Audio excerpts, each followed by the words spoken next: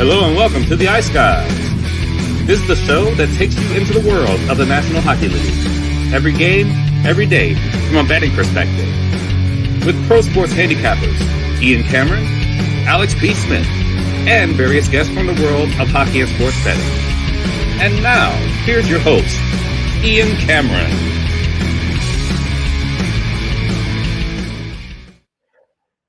Welcome to the Ice Guys, presented by Boston Hemp Inc. Saturday, April 27th. Ian Cameron, Alex B. Smith, and we are here for the Saturday NHL slate.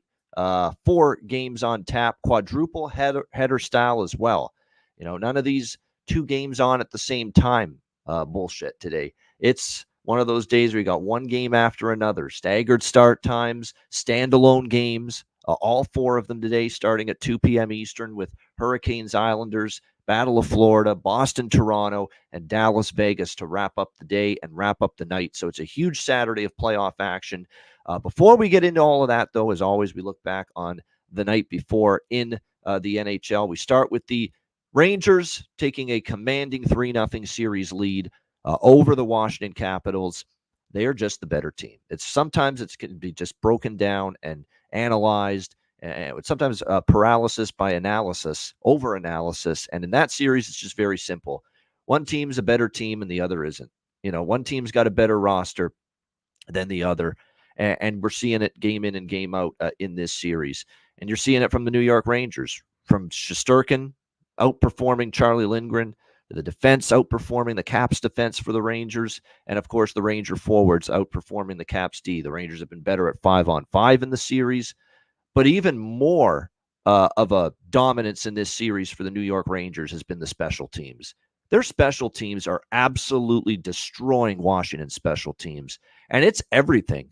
The Rangers' power play is doing a tap dance over the Capitals' penalty kill, and the Rangers' penalty kill is doing a tap dance over the Capitals' power play. Not only that, but the Rangers are scoring more on the Capitals' power plays than the Capitals are.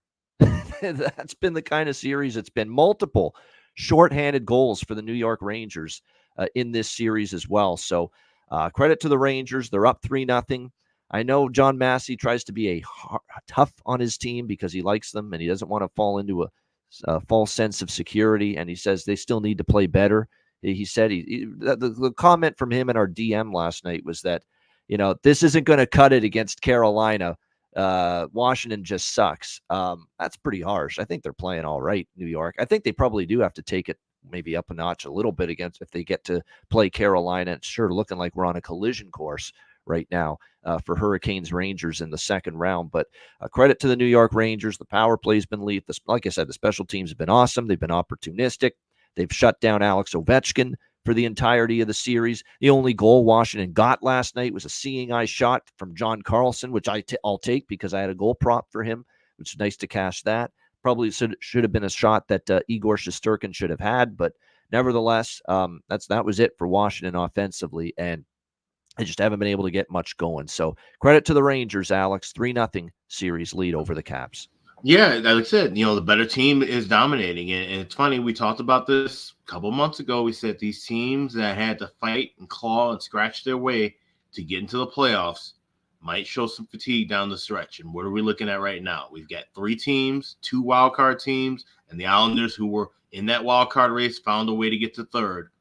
None of them have a single win in their respective series so far. And it's proven to be different matters and different methods, of course, but just the better teams are shining and outplaying them. It's simple as that. Ovechkin not showing up right now when he was the catalyst for that stretch run. When he finally started to wake up, that was right around the time Washington started winning games and getting back in that playoff race. Now he's gone radio silent again, and the team has followed suit with that. So, you're going to need, big time effort to try to get out of a 3-0 hole, but I don't think they can do it. I think Lindgren is running out of gas. I think that whole team is running out of gas. Valiant effort, hell of a season for a team that really should have been a lottery pick team, in my opinion, when we look back at last October.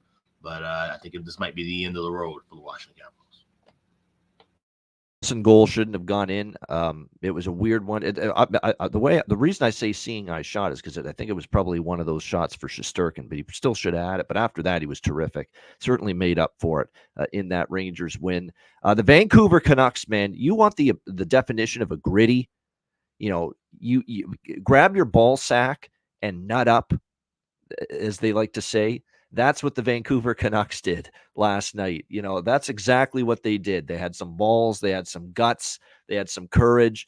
They played such a hard, tough defensive game last night against the Nashville Predators, and to me, that was very impressive in my mind. And look, it says something that you can win the game 2-0 with 12 shots on goal, because that's all Vancouver had in that game, and that's something that they've got to correct.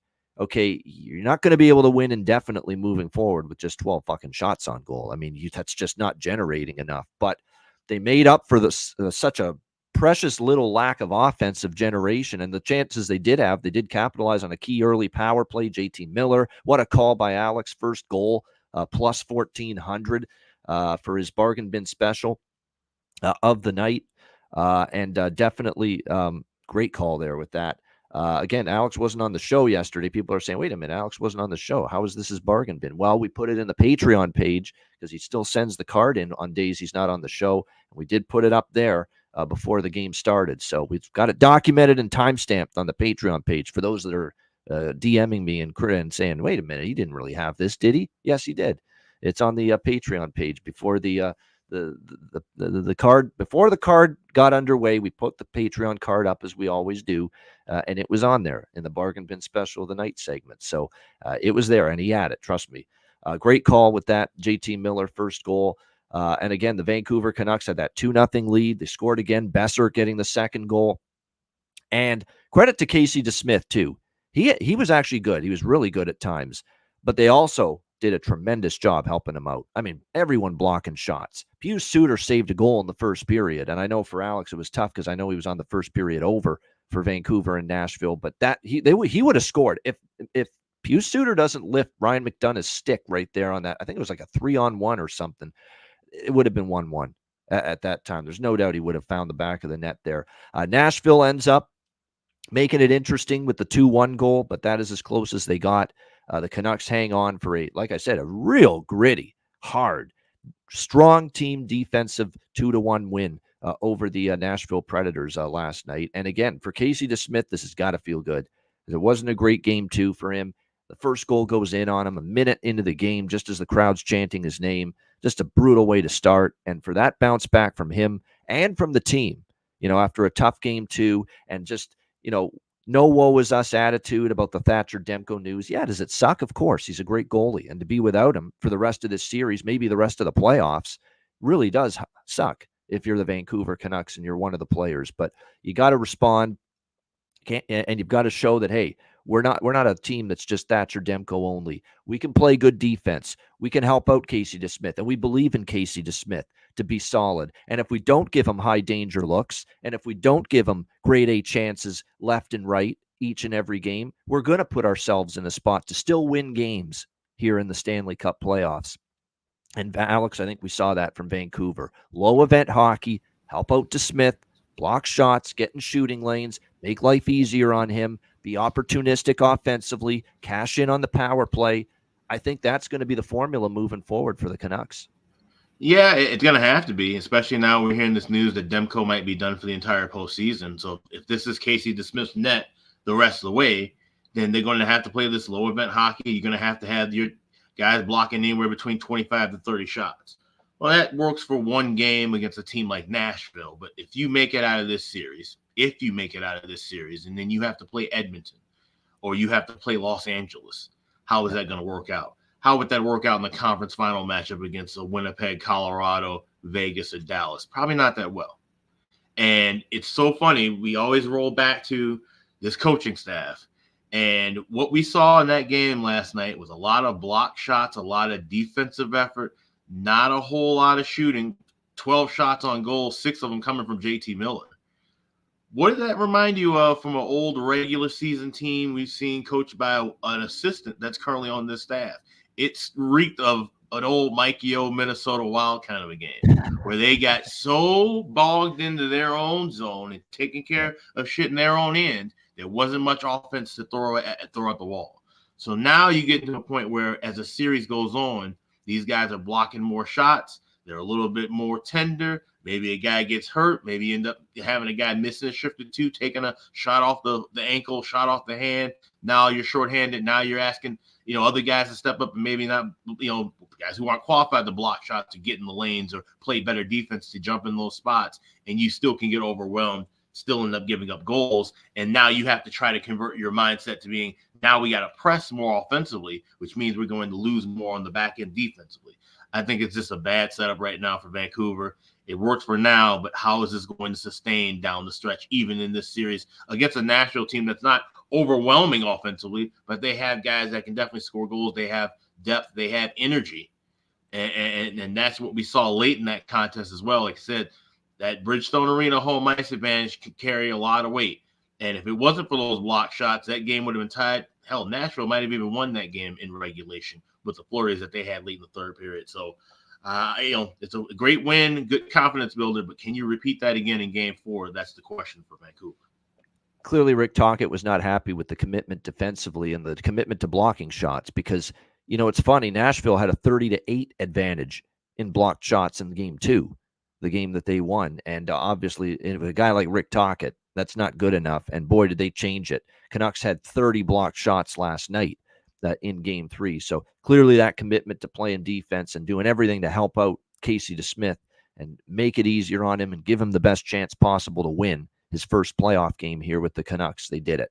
So credit to them. But again, is this a blueprint that they can, continue to roll out there moving forward? Because if you're going to block that many shots every night, someone's going to get hurt at some point. I mean, that's too, risk injury. It's one thing to commit to block shots, but it seemed like every shot going to the net, there was someone looking to block it. And you got to pick your spots with that still. If you think it's a real dangerous chance, that's a good time to block a shot. If it's a long distance, floater from the blue line with no traffic in front, that's not exactly a time to block a shot. You got to have enough faith in your goalie that say, hey, this is a routine save, man, Casey, make it, without needing to just put your body in front of it every single time.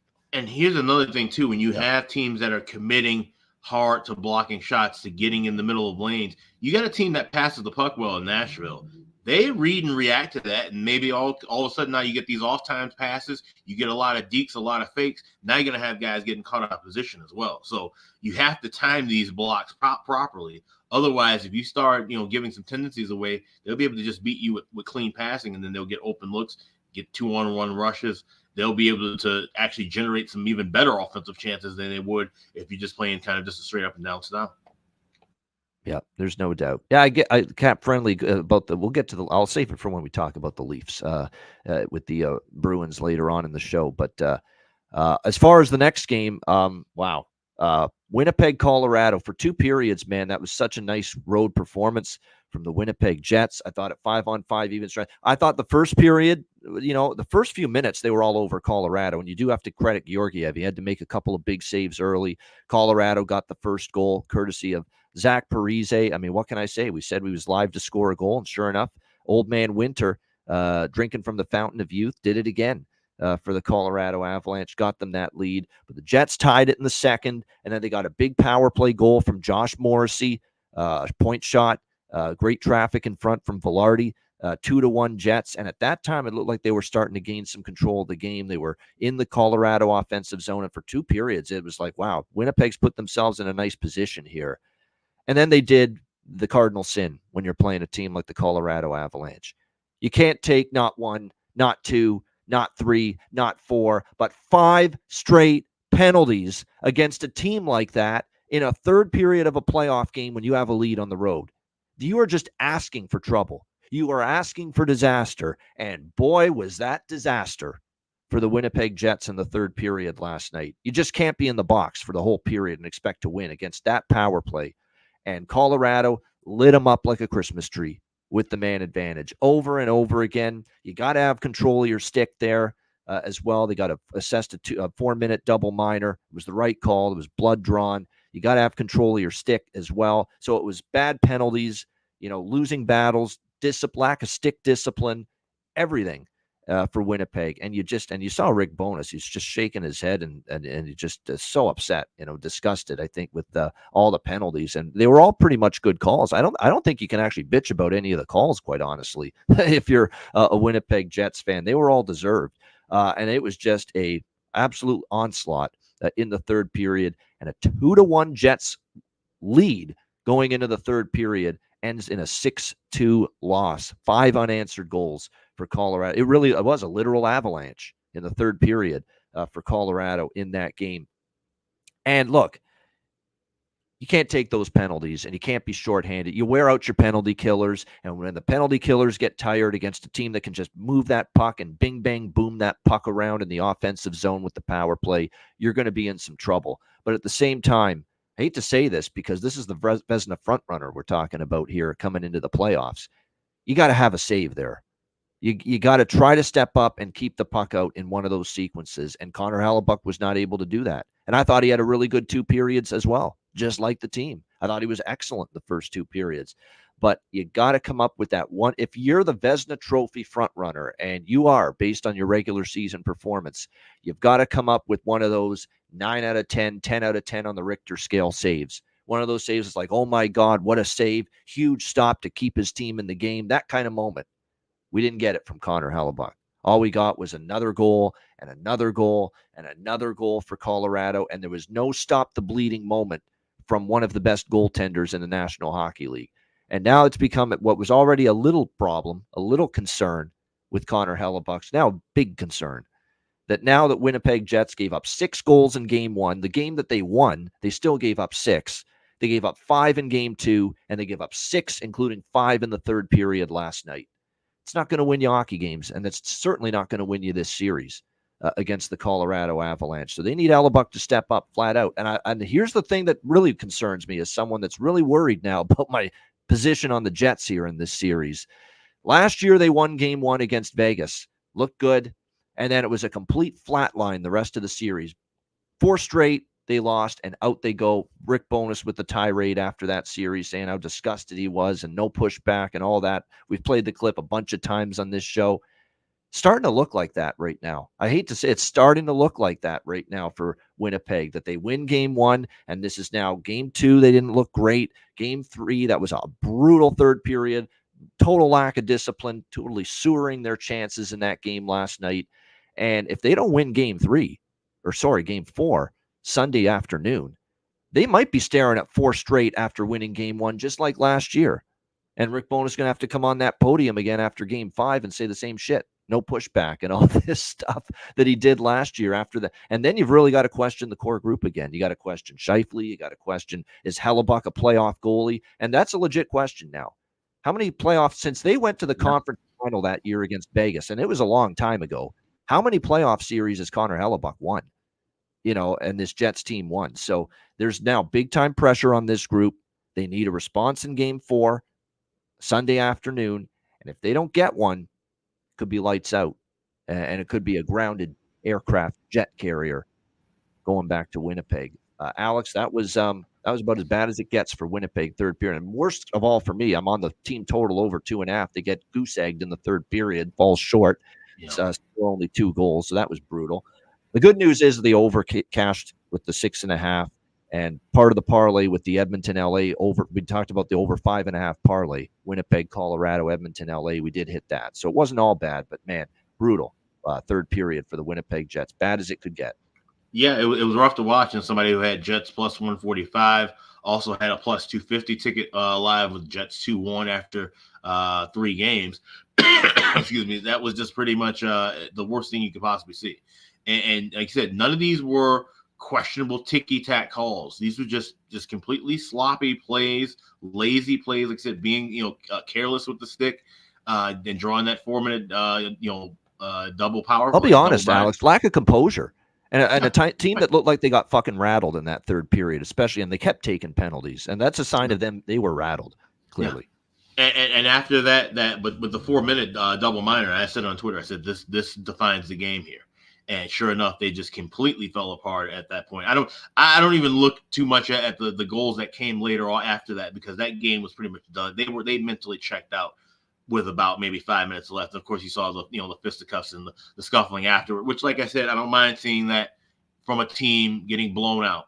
That's you showing that, okay, we still got some fight, we still got some life. But if you just skate off the ice after 6-2, throw some punches, get into some skirmishes, get some kerfuffles, then that's where you go, okay, yeah, this series is over. Let's bet Colorado every way we can down the stretch. I did like that they got nasty at the end. I actually like that they did that. Adam Lowry in particular, like he's the guy. I love that guy. I really do. He's a phenomenal captain. He really, really is. He wasn't going to go down with a third period of an abomination like that without taking some physical pounds of flesh from the Colorado Avalanche.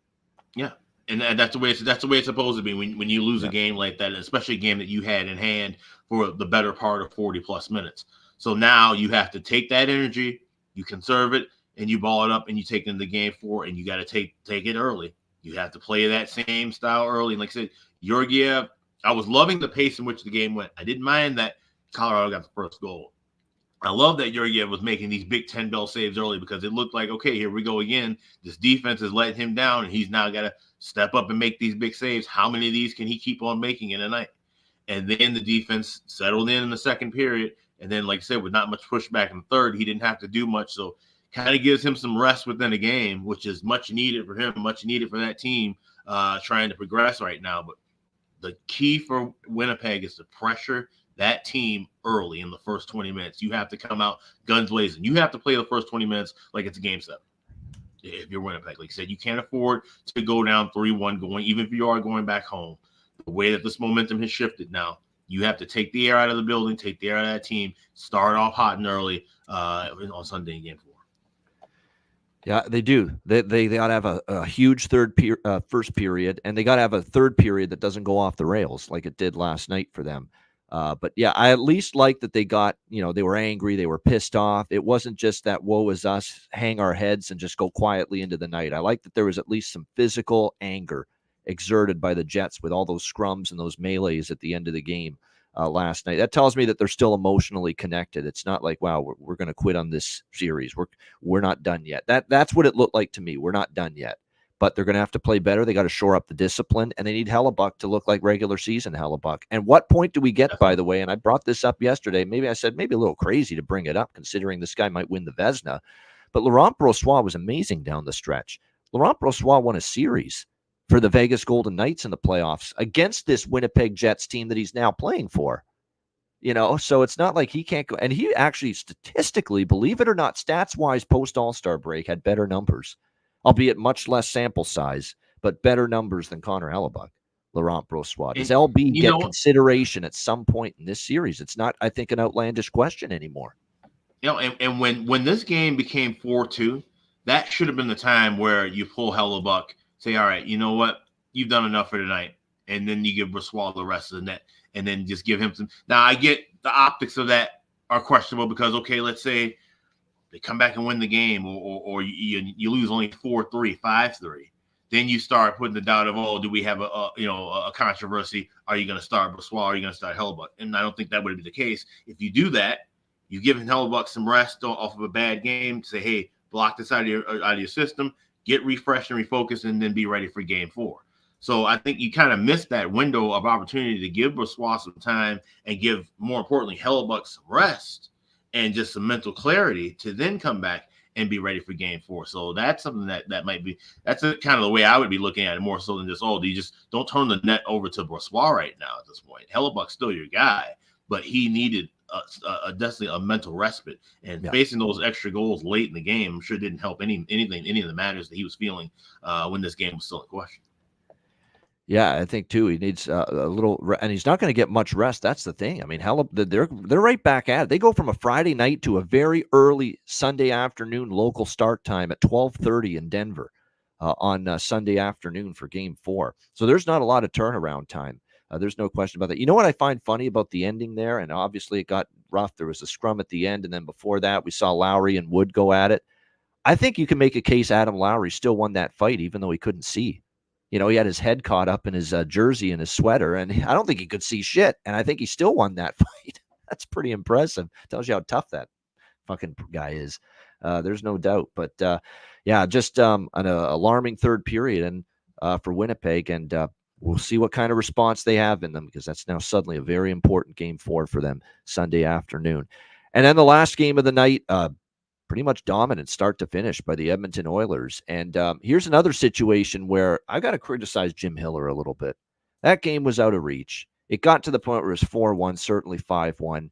I know it was not. It was only the third period by that time. But let's take Cam out, Talbot. That is. Let's put Riddick in. Let's at least give him a physical and mental break. All right. Because I think he needs one a little bit. And it's not all on him. He wasn't great, but that Kings defense, again, it's really the whole series outside. Game 2, they outscored their issues against Edmonton. That's why they won. But for 3 games, Alex, LA hasn't been able to defend Edmonton worth a lick so far in this series. And that's been their bread and butter for years, is defensive hockey, making things difficult, taking off the inside part of the ice, keeping teams to the outside. And LA has just been totally incapable of doing that against Edmonton here in this series. Zach Hyman's single-handedly destroying them. He scores again last night. McDavid with a multi-point night. Draisaitl had a big night. Evander Kane, great job by Chris Knobloch. He showed me some coaching chops last night. Chris Knobloch moved Evander Kane up the lineup and look at the game. The game Evander Kane had for the Edmonton Oilers. So very impressive bounce back performance. I did expect Edmonton to win. I didn't think they'd thrash the LA Kings quite like that in Game 3. I know you were on Edmonton. I had Edmonton team total, and I had Edmonton in a team total over 2.5 plus 5.5 full game over, and then the over 5.5 as part of the parlay with Winnipeg, Colorado over 5.5. So totals wise, it ended up being a good last couple of games, but it was just the Winnipeg money line and the team total that brought the overall night down just a little bit for me. But this one, just really, Alex, Edmonton looks faster. Hard to contain that speed. I will say this, Drew Doughty was great. He was the one King on the blue line that was very good again. Drew Doughty scored their only goal last night in that game with a nice play. He's been very good in this series, but I think the big theme right now is that LA's having a hard time containing this very potent offensive attack and keeping up with the puck movement and the head on a swivel mentality you have to have defensively. They're not coping with it very well, the LA Kings in this series, and they're taking a shit ton of penalties. Just like a little bit what we talked about with the Winnipeg Colorado game. You can't take that many penalties against Edmonton. You're going to pay the price. Yeah, you have the worst part of Winnipeg, right, with the penalties and playing undisciplined, and then you've also got a little bit of element there with Washington just being completely outgunned, not slow of foot, not having the speed to keep up with a team like Edmonton. And so when you have those issues, and you combine that now with the goaltending of Cam Talbot, the guy we know we can't fully trust in the playoffs. Like it's been too many times. Too many years with too many teams now. We cannot trust this man to be a solid goaltender in the postseason. And he's proving that as well. And so, like I said, do you take him out at some point and give him some rest? Probably what would have been a good idea, just like I said, as a mental reset.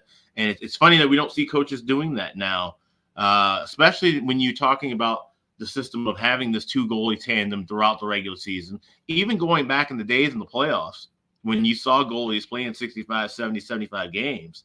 If they were getting crushed in a game, and it's in the series, it's 2-1, it's not a defining elimination game spot. You saw that goalie get pulled, and you saw the backup come in and get some time late to give that starter a little bit of rest and a little bit of a reset. So it's interesting that in 2 spots where there was clearly a time and space to do that, and where it seemed like that's necessary considering the goaltenders we're talking about, it wasn't done. And I think we're going to definitely see it come back to bite the Kings more than the Jets. And I'm not just saying that because I have money still on the Jets. I really just think with the Kings, you need top tier goaltending. You need your A1 effort from Cam Talbot the rest of the way, because the defensemen in front of him are not going to stop Edmonton. These shots are going to come. You're still going to face 40, 45. I don't care who you have in net. They're going to be facing 40, 45 shots. They're going to be getting these high-low looks. They're going to be getting traffic in front of the net. So he's got to be as fresh as he possibly can. And if he's not, then this series will just be over. It's a matter of when, I think, at this point, when Edmonton beats LA, not if. It's a matter of if it's going to be 5 or 6 games. And I actually did take a shot, plus 200, and I've seen this number move a little bit. Edmonton in this series 4-1 to wrap it up in 5 games. It probably will end 4-1 if they win the next game. There's no question. If they win game 4 as well in LA, they sweep the 2 games in LA, then this series may not get back to LA. You know what's scary too for Edmonton is their defensemen are shooting the puck now. Bouchard always did, but you're seeing Matthias Ekholm's shot volume go up. Darnell Nurse shooting the puck. Brett Kulak scored a goal earlier in this series with a point shot for Edmonton. I mean, you got to contain that now in addition to what they've got with McDavid and Draisaitl and the guns they've got up front. So that makes it very difficult when Edmonton's got it going like that. All right. We hope to have it going with our wagers here today on this Saturday slate with 4 games. And we will begin with the first game, which will begin at 2 p.m. Eastern this afternoon. Do or die for the New York Islanders at UBS Arena as they take on the Carolina Hurricanes. Carolina up 3-0 in the series, looking to break out the Bruins and finish off the sweep. Carolina minus 190 road favorites, 5.5 the total here in this game. I mean, as much as you like to think the Islanders with Patrick Waugh behind the bench, guy that's the ultimate competitor, it seeps down to his players that we're not going down without a fight. I don't think they're going down without a fight, but at some point you just realize who the better team is, and in this series it's Carolina. For me, it's very difficult to trust the New York Islanders. They are going back to Semyon Varlamov. I'll be honest, the Sorokin experiment was a disaster, quite honestly. I mean, he goes in there, he gives up 3 goals. The guy that they put in there to try to get the team, just to flip a switch. It's not that Varlamov was bad in the first 2 games. This was really just, we're down 2-0. We need a spark. Let's go to Sorokin and see what happens. And he gives up the 3 goals. And a couple of them were, I'd like to see him stop him. And sure enough, he gets pulled. Varlamov takes over. As soon as that happened, you knew that Varlamov's probably going to get this do or die game 4. And that's the case. Of course, Freddie Anderson back in net for Carolina, who's really had a good series. And I'll be honest, this is one of the better playoff series I've seen Freddie Anderson play in quite some time, because there's been a little playoff question about him in the past, whether about his playoff performance, but it's been solid. The defense is outstanding for Carolina. They're getting all kinds of different contributions. One night it's Aho. One night it's Stefan Nason can step up, score a goal on the power play. Teravainen can step up for them. Gensel's been a huge addition offensively. So it's always someone a little bit different. Natchez, of course, as well. Jordan Martin, who scored earlier in this series. Kuznetsov got them going in game 1. I mean, you've just seen so many different players for Carolina contribute to this 3-0 effort in the first 3 games of this series. So I think Carolina does end it, but again, I don't want to lay minus 190. So what I did is I used Carolina in a 2-game money line parlay piece. First of 2 legs on a 2-game money line parlay piece. I'll keep the suspense going and not mention the second leg of that until we get to it. But Carolina in a money line parlay piece. And I'm also on the over by Fecta here. I mean, the over first period is 3-0 in this series. I don't see what changes. We've seen 3 first period overs. The Islanders do have to come out swinging, which has the potential to open the game up right away. So over 1.5. Again, the first period over is hit in all 3 games in this series, and also the full game over as well, because this is an elimination game. The overs are something that, not that they can't hit without it being an elimination game. We did see an over with Edmonton and over with Winnipeg last night, those 2 games. But in the elimination game in particular, and especially when you're talking about a team like the Islanders being the team facing elimination and a coach that has shown no hesitancy to pull the goalie early in Patrick Waugh, the over 5.5 at plus 102 is what I got on that, becomes very, very appealing. And even the first period over around at Pinnacles around that same price, plus 100, even money or so. So you're getting some really cheap bargain bin, dare I say it, prices on the first period and full game over here in an elimination game. So I like both of those. And like I said, I'm on Carolina as part of a 2-game money line parlay piece. Alex, what do you think here? Game 4, Canes, Isles. Yeah, I think this is the end of the road for the Islanders. This is a Carolina team, like I said, that's just been able to kind of dominate them, and with their offensive overload now, but also being able to get some good goaltending from Frederik Andersen, it just seems to be a little too much for the Isles. The only thing that I have on here, I have the first period over at 1.5. I got even money, and I probably will look to add a little bit more in game. But the biggest play that I have in this spot is the third period over. And you have to shop around not only for price, but for number, because a lot of places will have this 1.5 minus 170. I saw like a 180 at one book. I was able to grab, and it's still available, over 2 minus $1.05 for the third period over pregame, which I think is crazy considering the fact that what we talked about with the Islanders and having Patrick Roy, a guy who's notorious for pulling the goaltender early. I was stunned that this wasn't a 2.5. So I think there's tremendous value in that. It's not my best bet because it's an early game, but it was damn near close to being my strongest play of the day. I think that's a great number and a great price in this spot. So I'm not on the full game over. I'm just on the first period over 1.5 even money and the third period over 2 minus $1.05 available at BetMGM. All right, so that's first period over and third period over. And third period over is something we talked about a little bit last year, but especially 2 years ago, when 2 years ago we were still getting third period overs at like minus 140. Really good prices still to bet pre-period. You're not getting those anymore. When we first started talking about the third period overs in elimination games, and you can go back and look 2 years ago in the playoffs, that's when we really started hammering home the third period over bets in an elimination game. But we've seen a huge adjustment in the juice attached to those third period overs before the period begins. So that's the big difference between then and now, no question. As far as the props go, look, I like what I've seen from multiple Carolina players. And again, it's been one of those playoffs where, for them, they've gotten so many different contributions. So that's why for them, it can be a little bit more difficult to pin down one or two players, because any given night, someone could make a big impact here as far as putting the puck in the net for the Carolina Hurricanes. But you look at this playoff so far and what we've seen, Brady Shea, as far as points are concerned, he's been very good. So if you can find a point prop for Brady Shea, he's been involved from the blue line, in a lot of the offense for the Carolina Hurricanes for sure. Definitely something to keep in mind. The leader in points for them, all assists, is Andrei Svechnikov so far in this series with 4 points for the Carolina Hurricanes. Kuznetsov with a goal and an assist for them. Stefan Nason had a goal, and he again gets power play time. I'd probably look at Gensel, Aho, Teravainen. They have all had multiple point series so far for the Carolina Hurricanes, multiple points in the series to this point. So be looking in those directions for them. For the New York Islanders, going to be stubborn and go back to the Casey Cizikas well one more time. He's still on the top line. He had a bunch of chances the other night too. Puck's just so close to going in for him. It really is. So I don't want to be in these spots today where I stay off it for a change, and this is the day he scores. Engvall, I agree. Engvall might be worth a look. He's been noticeable the last couple of games for the Islanders. But yeah, Cizikas and Engvall both have pretty good value because I think they've had chances. It just Engvall did score the other night.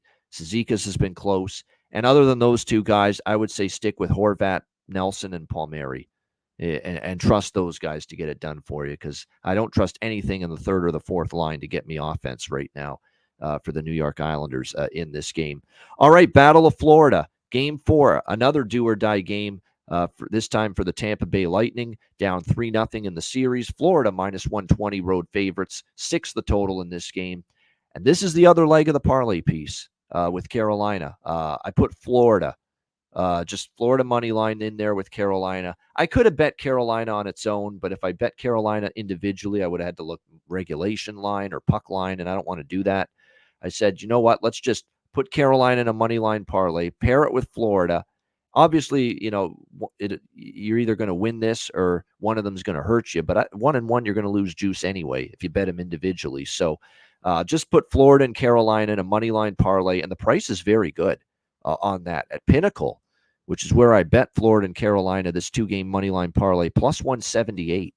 So pretty good price with that for those two, just to win the game too. I don't have to worry about whether it's overtime or whether it's regulation. I don't have to worry about how many goals they win by. Just win, baby, as Al Davis said. That's all. So Florida and Carolina money line parlay here plus 178. And then as far as this game goes, I'm going back to the well. We've had a weird series with the over by Fecta in this series, where we had in Game 1 and in Game 2 in Florida, we saw the first period over hit in both games, the full game over not hit in those two games. And then in Game 3, it was the reverse. It was a brutal beat even, you could say, on the first period over in Game 3. But the full game over cashed for the first time in this series. So Can we get a day, Alex, where, come on, give us both for a change? One game where we can get the first period over and the full game over. This could be the day because it is an elimination game. Tampa's got to empty the kitchen sink at Sergei Bobrovsky, and for gosh sake, they've got to get the power play going. They simply have to. It has been it's been a disappointment. It's supposed to be the number one power play in the NHL, and they have not had that kind of success here against this very good Florida penalty kill. Florida's been absolutely tremendous as far as the penalty killing is concerned here in this series. But they've got to get it going on the power play. It's not been easy against Florida, but like I said, I think at 5-on-5 even strength, Florida has shown their superiority in this series. Every time Tampa Bay has been getting a foot in the door in this series, Florida's had an answer for them. So, like I said, I think it's tough for Tampa right now, and they have the heart. They certainly have the experience. They have the players in the dressing room where you say, "Gosh, you really think these guys with this cup experience are going to get swept?" They've also played a shit ton of hockey. They also don't have the forward depth on the third and the fourth line they once did. They also don't have the blue line depth that they once did. Ryan McDonough's not walking through that door for this team. And some of these past blue liners that they've had that have been big pieces to the success of this team, they're not coming through that door anymore. You basically see guys like McDonough, among others, no longer on Chernak. There's another Ruda, I should say, out as well. The others that have left on this blue line. And you replace them with all due respect. Radish is still developing. I think he's actually been solid, but Perbix and some of these others, it's just not the blue line depth they once had.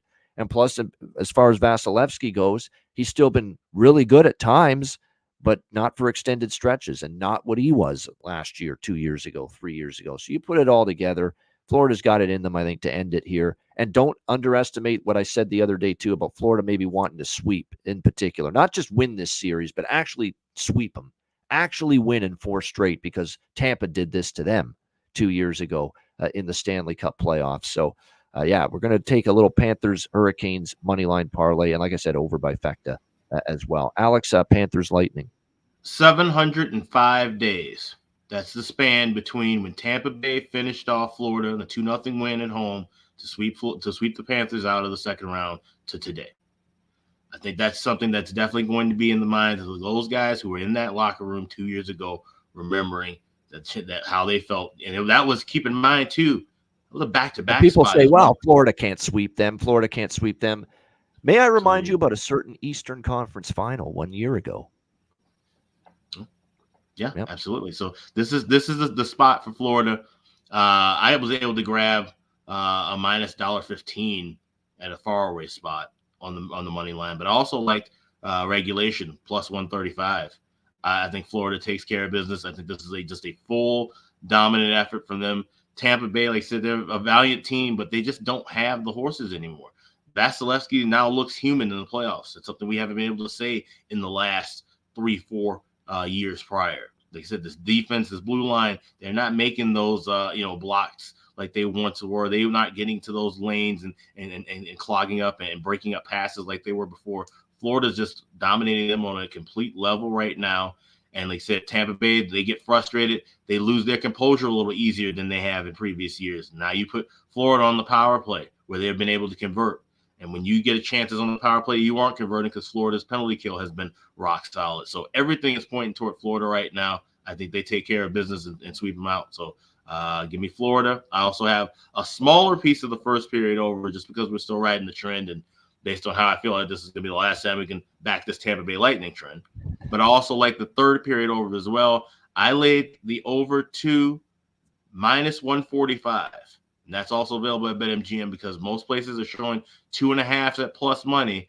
I'm not really as confident with that 2.5.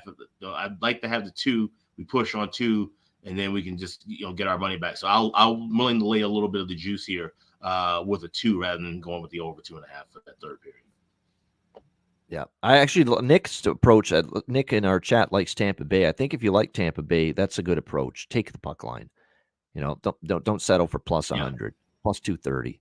Plus the chance that maybe you get an empty netter if you have the lead late in the third period. Yeah, I like that you're going for the extra value because I'm telling you what, to me, the money line price looks like the value's on Florida here. But if that's why I think if you like Tampa Bay, go for that go for that extra Well, bigger price on the but puck then, line. well, wait, but then the regulation price. What are you looking at for regulation? You're looking at between plus 160, plus 170. Yeah, You don't need the extra goal there. You're still getting a yeah, much better number than the 100. So yeah. maybe That's an regulation option too. probably your Yeah, best option. yeah. For security's sake, you win by one in a regulation, you cash.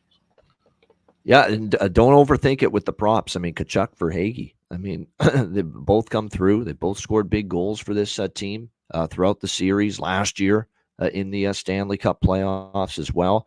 You look at the Florida statistics here in these playoffs. You know what's funny about Florida is, again, we're getting so many different contributions. You've seen a goal and an assist from Vladimir Tarasenko. He's probably worth a look, too, just because of that. He's had 2 points in this series for the Florida Panthers. Reinhardt's obviously been good, 2 goals.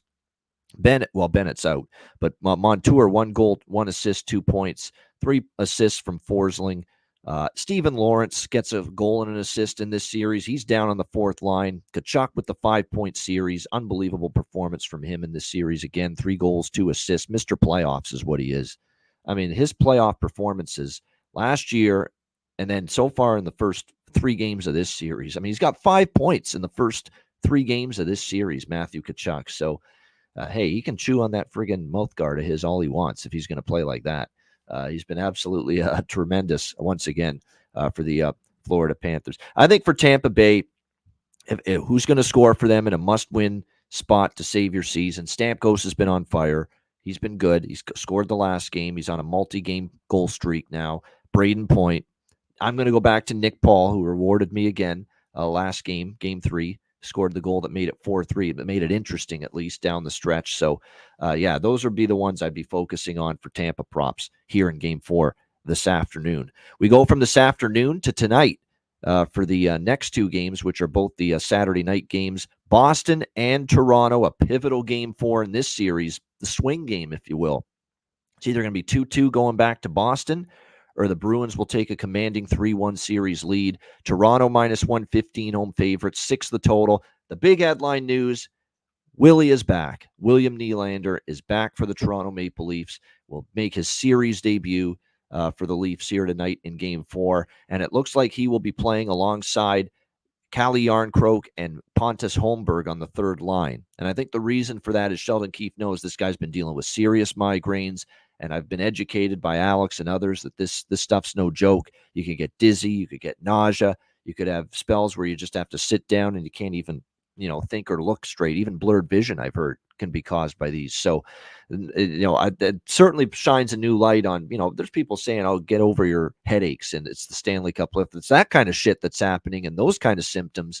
You could understand why he's missed the first 3 games here for the Toronto Maple Leafs. Yeah, go ahead, Alex. You look like you want to say something. Oh no, I'll let you finish. But yeah, definitely we're going to touch on that in reference to with the issue with migraines. But yeah, no doubt. But he's ready to go. Apparently, they've cleared up enough to the point where he can play here tonight in this game. And I think the main thing you look at from the Toronto Maple Leafs here tonight with Nylander back is what line. You knew there'd be some lineup changes when you have a game like that and the offense does nothing and the power play has been brutal in this year. The power play has really hurt the Toronto Maple Leafs in this series. 1 for 11 with the man advantage for the Leafs going into this game tonight. And of course, we remember Game 3 in Toronto where they actually had more power plays than Boston. 0 for 5, though, with the man advantage. They had so many opportunities where their power play really could have been a difference maker for them in Game 3, and they just couldn't capitalize. But the good news for the Leafs is, guess what helps the power play? William Nylander. And him being back on it certainly has the chance to help this power play. There's no question. He's a very important piece to the team offensively, but especially when you're talking about with the man advantage. So it'll be interesting to see how he helps the power play tonight for the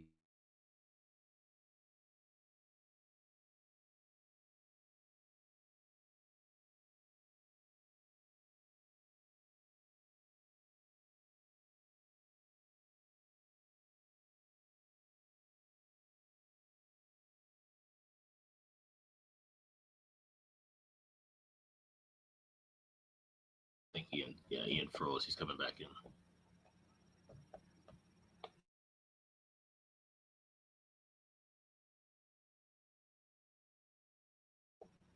Or maybe he's not. I'm not sure. Okay, you back? Sorry about that. Yep, sorry. We're back. That does happen every now and then with the all the windows open is what causes that. But yeah, we are back. And like I said, you knew there was going to be some lineup changes for the Leafs following the Game 3 loss. But the lineup changes are interesting. Nylander's in. The guy that's out is Connor Dewar, who is not going to give you much offensively, but he's a good defensive player and he's an excellent penalty killer. And that's why the Leafs got him at the trade deadline. But the funny thing is, the penalty kill has not been great the last few games for Toronto. So I think they kind of sense that, you know what, penalty killing hasn't been great, and we need to get our offense going. That to me is clear as day. Sheldon Keefe's um, that's his basically his mating call here in this game tonight is that we need to get our offense going. We absolutely need to get it rolling here tonight. You take Dewar out. Robertson is staying in. So to me, you keep Robertson in, who is a better offensive player than he is a defense. He actually can be a liability at times defensively. That's always been an issue with Nick Robertson this year is his defensive play away from the puck. So you take Dewar out, doesn't give you much offense, but he's good PK and defensively. You keep Robertson in instead. You bring Nylander back. You would think this is a much greater offensive lineup tonight that Sheldon Keefe is going with up front. And it's probably worse defensively when you look at it. So, but he's doing this. He's sacrificing some defensive ability with this lineup that he's putting out there for Game 4 tonight to get this offense going. Because he knows you can't score, 2 goals like they did the other night and expect to win. And you can't go 0 for 5 on the power play and expect to win. You got to get your offense going. You have to get your power play going. So this definitely looks like a more offensive-minded approach that the Leafs are going with tonight, certainly based on their lineup construction. Now, they got a little bit of bad news. Jim Montgomery has decided that's enough for now, at least with the goalie rotation, as we all kind of thought would happen. Back to Jeremy Swayman for the second straight game, deciding to go away from the goalie rotation between Jeremy Swayman and Linus Ullmark that he has used for the last few months. And it's the right move. And I like how he spun it, though. He said, you know what? We got the extra day in between games. So he decided we could be able to give Swayman the opportunity here. No, it's because he's been awesome. You don't have to say it's because we got the extra day that we're going to go away from it. No, you can just say he's been awesome and he's owned the Leafs this year. That's why you would go back to him here in Game 4. So, again, now, this is a guy that is not used to starting 2 games in a row. So does he keep this great role going? Does he keep this great ownage going over the Toronto Maple Leafs? Because right now to the Toronto Maple Leafs, Jeremy Swayman looks like Marty Brodeur. That's how well he's playing in this series. He's been awesome. But now is the first time in a long, long time that Jeremy Swayman started 2 games in a row. So is that going to throw him out of his rhythm? I don't know. You would think because they still had an extra day, it won't be that big of a deal, but you never know. These goalies are weird creatures. We all know that. So it'll be interesting to see if he can still be on the beam, be at that Vezina level, because he's actually playing at a Vezina level here in this series. There's no question about that. That being said, I said from the beginning, this is going to be a back and forth series. It's a series I'm going to be looking to bet the losing team of the previous game. So with that in mind, I am on Toronto here at -115. I think there's definitely a boost from Nylander being back. Game they got to have. They can't go back to Boston down 3-1. I think their offensive lineup's much more better to test Swayman. They worked extensively on the power play the last couple of days. Nylander back is going to help that. I like that they kept Matthews, Domi, and Bertuzzi together as a line because that line has been good for them. And even with Nylander back, they didn't change that. I do like that. Again, they have more of an offensive lineup here tonight for this game, and I think they've got a better opportunity to test this Bruins defense and make life a little bit more difficult now on Jeremy Swayman and the Boston Bruins, who, by the way, we'll see if Grzelcyk and company are back, but they were also down 2 blue liners last game. They had to put Mason Lowry and Parker Wotherspoon in last game. We'll see if they have to keep those guys in there tonight, but I think it's a long series still. Go 6 or 7, and I sure hope so. That's another reason why I hope Toronto wins tonight, because if Toronto wins tonight, we're going 6 minimum, and we're at least going to cash one of the 2 with the Boston-Toronto 6-7 game series props that I think I'm on. I think Alex is on. Both of those as well. So that's why we're kind of Leaf fans tonight, at least for tonight, to try to make sure we get guaranteed 6 games here in this series. So I'm on a little Toronto -115, and you could tell the way I'm talking with, Offensive lineup looks stronger. A little bit you take away on defense with the lineup the Leafs are putting out there on the ice. That I am on the over by Fecta here tonight. Over 1.5 and over. I got over 5.5 at -130.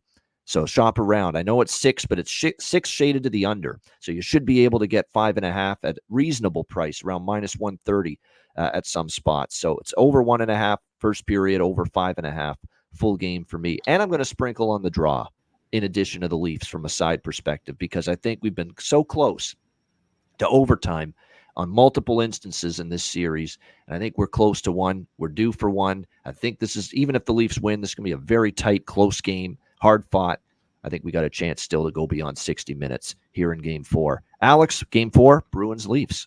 Yeah, so I'm not on any side or any total. Like I said, if we get Toronto to win here, I won't have to be on any side the rest of the way because I have series to end in 6, series to end in 7, and I have both sides to end in 6 or 7. So I would be cashing a ticket at any point at that. So I'm definitely rooting for Toronto. May not have anything, won't have anything pregame. May have something in game depending on how I'm looking at stuff. Especially if it's maybe leaning toward Boston getting the win, because that could potentially kill our 6 and 7s.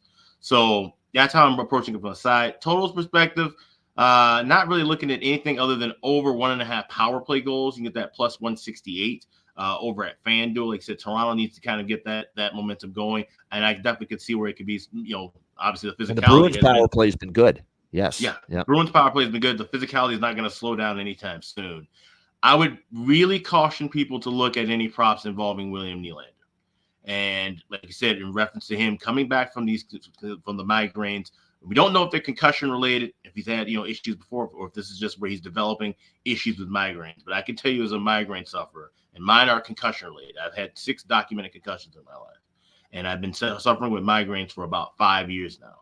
And what makes it so dangerous is that when you go through these different things, especially if it's light sensitivity, which my issue is, obviously we're talking about bright white ice, bright stadium lights, cameras, everything, adding in the noise. And your initial reaction when you have that pain is you want to close your eyes.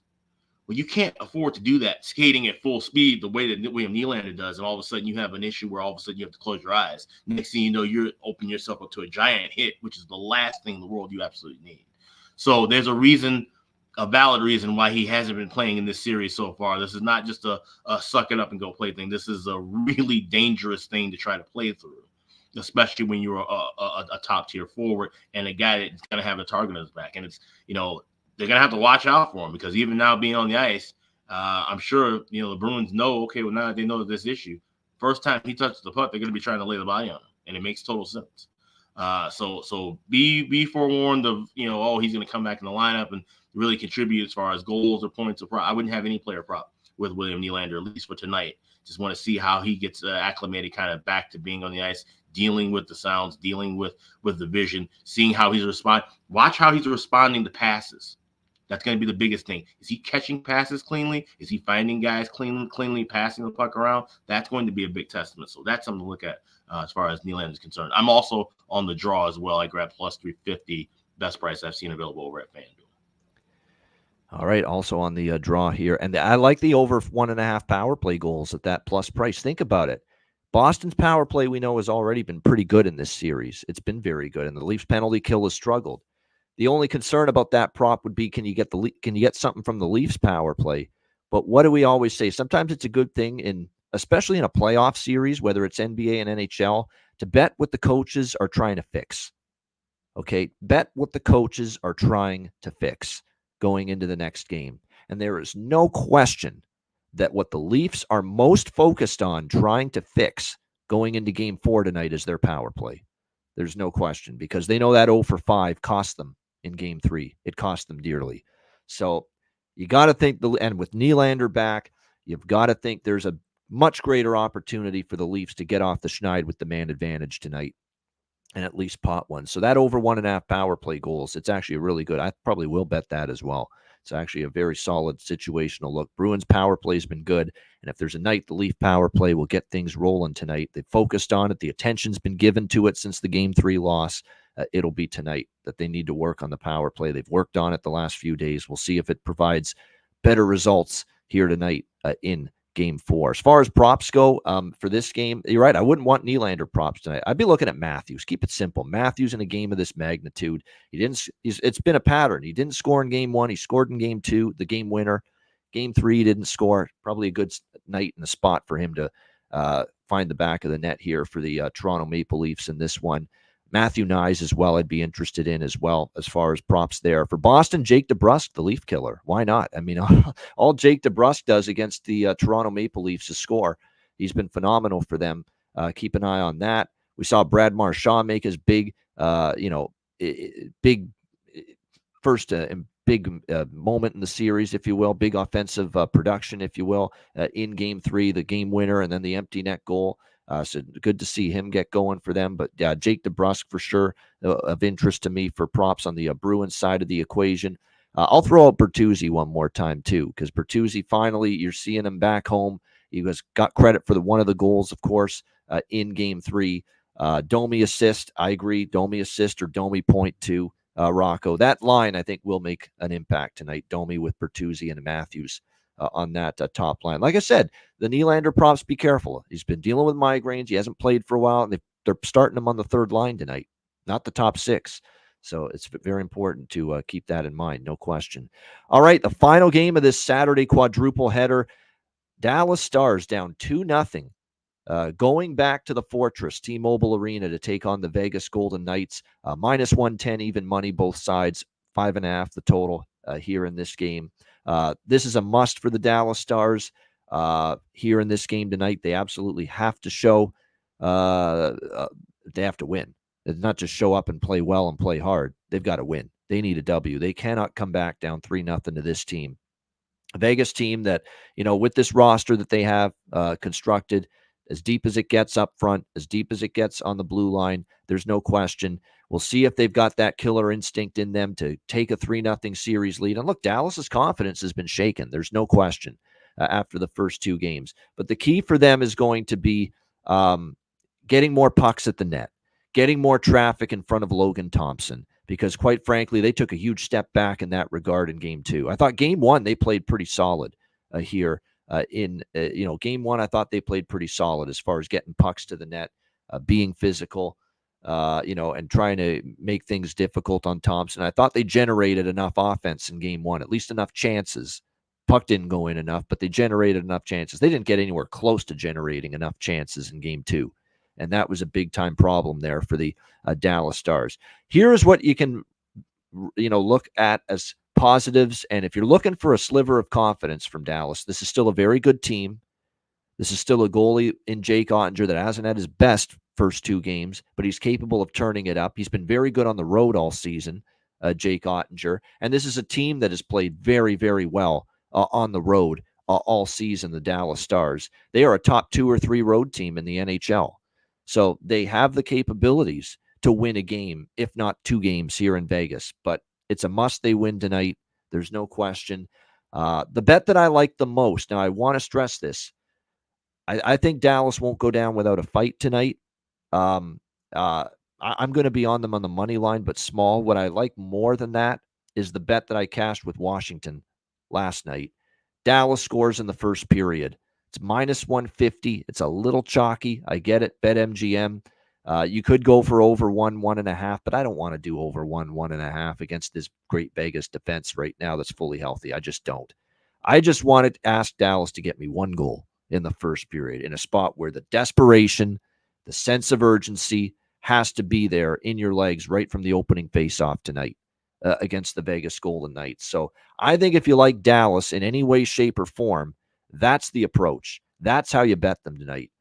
You pay the price. It's minus 150 at BetMGM. You pay the price for them to score a goal in the first period, because you would think that first period they've got to come out, just throw everything they can at Vegas, in the offensive zone, again at Logan Thompson, and see if they can find the back of the net with that. So that's definitely the favorite look for me in this game, is that just Dallas to score in the first period. And we've been pretty good with these spots. We've hit a few of them already. These first period to score a goal looks. And that's what I like here with this Dallas to score in the first period in this one. 5.5 is the total. It's tricky because you didn't see it. You saw a lot of shot blocking. You didn't see a lot of shots get to the front of the net in game 2. So that 5.5, I'm not as bullish on this over as the others games we've talked about. And I did sprinkle on Dallas money line -110. But what I really do like here is Dallas to score in the first period, -150. And there are some props in this game that I like quite a bit, and we'll mention that in a moment. It's all due to the lineup changes for Dallas, which I'll get into. Alex, what do you think? Dallas, Vegas. If I look confused, it's because I just saw on my phone the Bears took a punter in the 4th round of the draft. Anyway, I like the first period over here. Value selection usually, yeah. No, not really. But yeah, I like the first period over here. I laid $1.15 with this, and it's kind of in the same vein of what you're looking at. Dallas has to come out guns blazing. And I think we're going to see some good back and forth pace early in this contest. And I'm hoping that we could see this first period over cash in to where it gives us an opening to look for a full game under. I think there could be that kind of a spot, especially if Dallas is down 2-0 in the first. I don't know, even though they would need to have to push back offensively, I still think that there would be some kind of just a control of pace just from them just to possess the puck. Make sure they're taking it away from Vegas first before they even try to kind of play on their own and offensively. Like I said, switching scenes now to Vegas, that's going to be a rocking T-Mobile Arena. I think that's going to be more than enough to just get some momentum going both ways. So I'm a little bit of a smaller lean also with both teams to score, but I like the first period over a bit more. You get it as cheap as $1.16 over at FanDuel. Yeah, I agree. If you like the over, a full game over, I'm a little bit hesitant, a little lukewarm on it, but the first period over probably might be the best look here in this one. Whether it's, I do think Dallas is going to contribute to that first period over. But you could get 1-1, you could get even 2-0 Dallas. I don't know if that's possible. But I do think Dallas gets on the board. 1-1 first period could be possible as well. But like I said, I do think Dallas gets on the board early. I know there's a really good hockey team. And it's not that Dallas is suddenly a bad hockey team. They're not. They're a great hockey team. It's just that Vegas, now that everyone's there, everyone's healthy. They got Hannafin entrenched there, Mantha entrenched there, Hurdle's back, Petrangelo's back. He was injured down the stretch. They lose Nick Hague the last game. They don't even miss him because they put a cup champion and Alec Martinez on the blue line instead to take his spot. Eichel's healthy. Mark Stone, of course, back for game 1. So there you go. Liking with Vegas. They're just, what can you say? I mean, they're absolutely stacked when they got everybody available to them. And outside of Nick Hague on the blue line last game, they do have everybody available to them right now. Yeah, as far as props go for this game, Marchessault goes without saying. He looks like he's that playoff Marchessault again from last year. John Masserole, as Don Cherry would say. Yeah, so any Marchessault props I'm interested in. The big change for Dallas is one of my favorite players in the league. Wyatt Johnston has moved up to the top line with Jason Robertson and Rope Hintz tonight. It's actually what my favorite player prop to target of any player in the 4 games today is Wyatt Johnston. They're going to put him on the top, and Peter DeBoer is not one of my favorite coaches. He's a good coach, but he's had some issues in the playoffs at times. He's had some weird remarks he's made during series with opposing coaches and that, but he's done a nice job here with this adjustment. It's time to put Wyatt up there. This guy has been one of your best forwards for extended stretches this season. You've got to get a spark. You've got to get your offense going. You've got to generate more chances, generate more shots, and ultimately generate more goals. What better way to try to do that than put Wyatt Johnston on the top line and get Robertson and Hintz going at the same time as well. So Wyatt Johnston goal, Wyatt Johnston assist, Wyatt Johnston point, and I'm even going to go one step further with over 1.5 points for Wyatt Johnston here because he's going to. I think if anyone is going to give a spark to this team offensively tonight in Game 3, it's going to be him up there on the top line for the Dallas Stars. So we'll see if this line change. And by the way, he's dropped Pavelski to the third line. Pavelski was on that line. He's down on the third line now for the Dallas Stars with Seguin and Dodon. Seguin's got a little bit of a demotion too, because Seguin's not had a great first 2 games, in my opinion, here in this series. He hasn't done a whole lot. So Seguin, Dodonov, and Pavelski now, it looks like it's going to be the third line for the Dallas Stars. And they're going to play Ben, Stankoven, and Duchesne on the second line tonight in this game. So that looks like what we're going to see as far as the lineups. Seguin, Seguin is definitely hurt, Matt. That's true. There's no question. He's probably less than 100%, so I can understand. But I don't blame him for, like, we love Joe Pavelski, but Joe Pavelski, you're right. He's tread on the tires. We said that the other day. He looks like he's a player with some tread on his tires right now, that he's not showing that same playoff pop, that we have seen, at least in the first two games of this series, that we have seen from him in the past. But great game, huge game for Dallas, obviously. Looking forward to seeing how that turns out tonight. Great stuff. Shout out to everyone in the chat. Do I see this right? Over 600 live viewers on a Saturday afternoon. That's awesome. Hit the like button. We appreciate it very much. Absolutely. And we shout out everyone in the chat for being here on a Saturday. And a reminder, we have another Ice Guys Stanley Cup Playoff live betcast coming your way this Tuesday, April the 30th. It is Patreon exclusive once again. So the way to tune in and join us on that betcast Tuesday night is to sign up, just $10 per month, patreon.com/iceguys, just $10 per month. You'll get access to all our Patreon exclusive live betcasts, our daily sides, totals, and player props, goalie charts, totals charts posted there each and every day. Of course, our card posted there each and every day. We've got bonus content planned for the off season. And of course, you'll get all of our live betcasts. So sign up. It's just $10 per month. And again, your subscription goes a long way to supporting the show.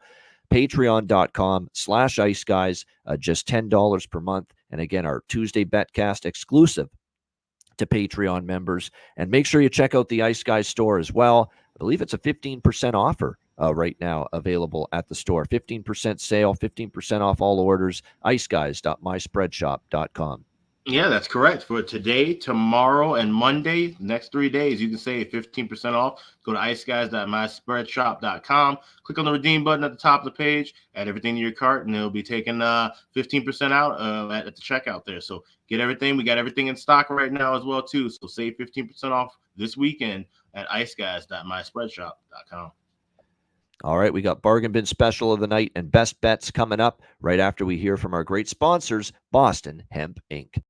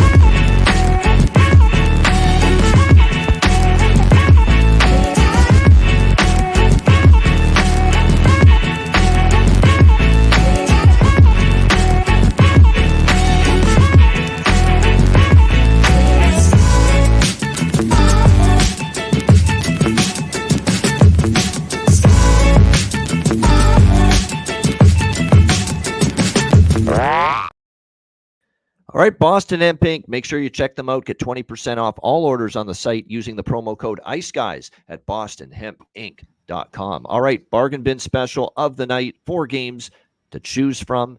Alex, where are you going for the Bargain Bin Special? Yeah, well, we're trying to hopefully get one that's in the high range like we had last night with that JT Miller first goal at 14-1. Apologies, I was not feeling well enough to be on the show to give that to everybody. But those of you on Patreon got that. So here's one hopefully we all can cash, and it's in the game with the Battle of Florida. The Panthers taking on Tampa Bay. I am looking at blue liner Gustav Forsling. He's cashed for us before. Looking for him to just get anytime goal. The way you beat Vasilevsky is getting traffic in front. And if you got a guy that's shooting from the point, get some traffic in front, you have a little seeing eye shot and trickle in at a 10-1 price available at FanDuel, MGM, and PointsBet. I think that is definitely worth a look. So we're going to Gustav Forsling, anytime goal plus 1,000, my bargain bin special for this Saturday. Wow, there you go. Gustav Forsling, Florida Panthers, and he cashed a prop with Gustav Forsling to score earlier this season after he got that big contract extension. So Gus Forsling was good to Alex with the bargain bin earlier this year. We'll see if he can do it tonight if, I was going to say Lightning can strike twice, but this won't be good for the Lightning. Gustav Forsling, Florida Panthers, plus 1,000. Bargain bin special for Alex B. Smith. My bargain bin special, we just talked about him the last game. I think he's going to be the spark that gets Dallas's offense going tonight, up on the top line with Robertson and Hintz. And it would not surprise me to not only see him get on the score sheet, but get on the score sheet multiple times. Wyatt Johnston over 1.5 points plus 400 at Bet365. That is what I'm going to rock with for bargain bin special here tonight on this Saturday slate. All right, best bets. Alex, what do you like for best bet?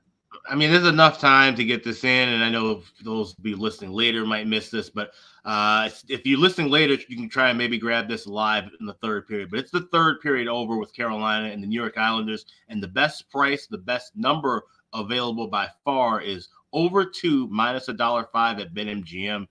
That's just a fantastic spot. This has been something we've been tracking for years now. And third period overs and elimination games to get that kind of a price, especially when you have a volatile goaltender like Patrick Roy, who will not hesitate to pull a goalie with maybe even 7 or 8 minutes left in the contest if he's down and has a certain edge. Makes this play very, very live. So Canes Isles, third period over 2 minus $1.05 is my Saturday best bet. All right, there we go. That's third period over with the Carolina Hurricanes and the New York Islanders. Best bet for Alex B. Smith. My best bet, and I'm going to look at the camera for this one. You and I don't do this very much as far as you being on the best bet for Ian Cameron, yours truly on the show. But you're my best bet tonight. I'm putting some faith in you. You've been a loser franchise since 1967, but I'm putting some faith in you tonight in a game you got to have. Show up. Go Leafs, go. Toronto minus 115 tonight against the Boston Bruins. Bolstered by the return of William Nylander, working on that power play. Yes, Wayman's undefeated against the Leafs, but now he's got to start a game for the first time, 2 games in a row for the first time in a long time. Toronto, minus 115 for my best bet. And if they lose tonight, guess what? They won't be a best bet of mine for quite some time. Let me just tell you that. I won't put a specific timeline on it, but won't be for a while after tonight. Toronto, minus 115 against Boston. Best bet here for this Saturday NHL card. All right, great stuff. Shout out to everyone in the chat. Hit the like button. We appreciate it very much. Looking forward to this big Saturday night NHL slate. No question about that. And like I said, 4 games all in a row today, 4 games all in a row tomorrow. And we're looking forward to having Jeremy Williams with us tomorrow. Briefly in the NHL, long time in the AHL, long time over in Europe.